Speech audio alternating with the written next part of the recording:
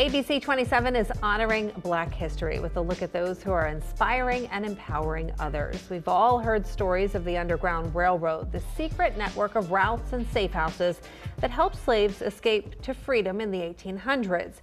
An important stop was here in the Mid-State. And the station master, a Black man who became one of the most successful businessmen in York, but his story doesn't end there.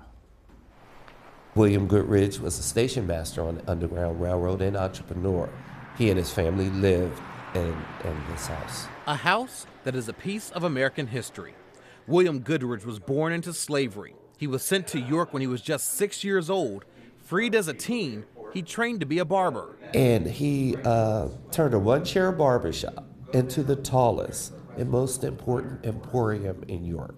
Kelly Summerford is the director of the William Goodrich Freedom Center and Underground Railroad Museum. We are not a museum of gallery. We are a museum of transformation. We tell the stories. And the story of Goodrich is a remarkable one. What makes that unique is the fact a person born enslaved, coming to York County and able to establish himself. York County would probably have been one of the most, using the vernacular of the day, racist counties in the Commonwealth. Goodrich took his success and helped slaves escape. His role with the Underground Railroad was very unique because he was a businessman. He used his home to house those fleeing the South. I think we're about 8 miles from the Mason and Dixon line, which represented enslavement to freedom. Just having a stop so close was quite important. And I'm sure quite dangerous. Quite dangerous. Today, Summerford gives guided tours through the house. Some people come and fall on their knees and start praying. It's not often that you get to be standing on hallowed ground like this. Especially in this room. This area here, this would have been the kitchen, by the way. This area here is where the trap door would be. And they would go down, they would huddle in this part. A special viewing window gives you a glimpse at the conditions the slaves endured. Sometimes it may be cold down there, sometimes it may be wet, but to them this was the best they ever had because it represented that hope that they could live a better life. By hiding in the home of a Black man. He absolutely was a hero. But that's not the end of William Goodrich's legacy. His sons were some of the first Black photographers in the world, and we're standing in the second floor, which we dedicate to Glenn Alvin Goodrich and his brothers William and Wallace. Glenn Alvin Goodrich was a true pioneer in photography. Basically, his importance lies in how early it is. This is a very emerging genre. Not that many people have had their portraits actually. They've had them painted, but they haven't had them photographed.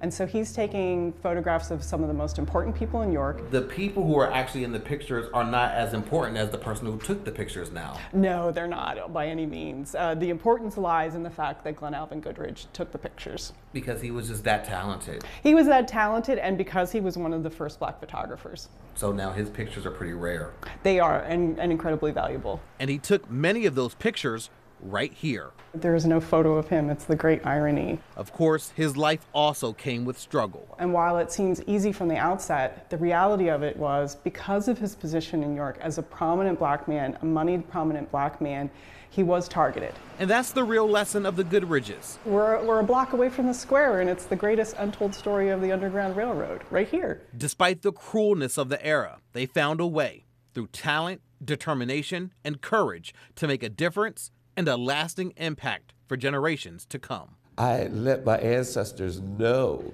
that I love you. It is only because of you that I am able to be here and tell the stories. So it is a good feeling to me, James.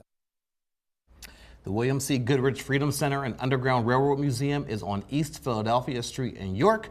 And for more information on the center, you can check out abc27.com. So Allie, walking through that museum, it was just surreal walking through that house, knowing that it was there in the 1800s, the original floors and everything, and just being able to walk on that, like as he said, their hallowed ground was just a perfect way to phrase it, because that's what it is.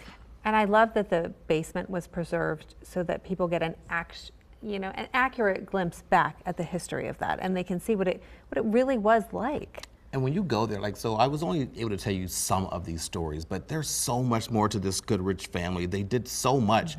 Walking into what used to be the kitchen and looking down into where they had that viewing window and seeing how that was a trap door, and knowing that, you know, these guys, they were hunted.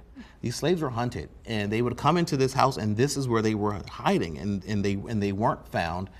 It is absolutely amazing. And also just the fact that when you go to the second floor and seeing the sons and seeing Glenalvin Goodrich and the photography and what a creative mind he was, looking at all the different pictures that he took. And also that was very dangerous as well, because the chemicals they used, it was so new. Those chemicals were toxic, and many people believe that actually led to his death.